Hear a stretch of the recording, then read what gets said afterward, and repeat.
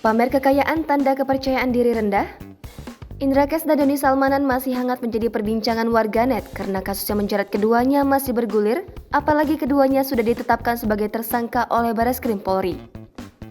Sebelum ditangkap polisi dan terancam dimiskinkan, kedua pemuda ini menyandang gelar Crazy Rich karena kerap memamerkan harta yang mereka miliki di sosial media. Melansir dari Instagram @donisalmanan dan Indra Kents pada Kamis 10 Maret 2022, Doni Salmanan dan Indra Kents sering memposting koleksi kendaraannya. Indra Kents yang kerap mengoleksi mobil mewah seperti Rubicon dan Tesla, sedangkan Doni Salmanan yang hobi mengoleksi Moge dan Lamborghini. Melansir dari beberapa sumber, perilaku gemar yang memamerkan yang dimiliki bisa disebut dengan flexing, menandakan seseorang tidak percaya diri atau kepercayaan dirinya rendah. Orang-orang yang gemar memamerkan harta cenderung tidak bahagia dengan apa yang dimilikinya, sehingga menunjukkan kepada orang lain demi sebuah pengakuan.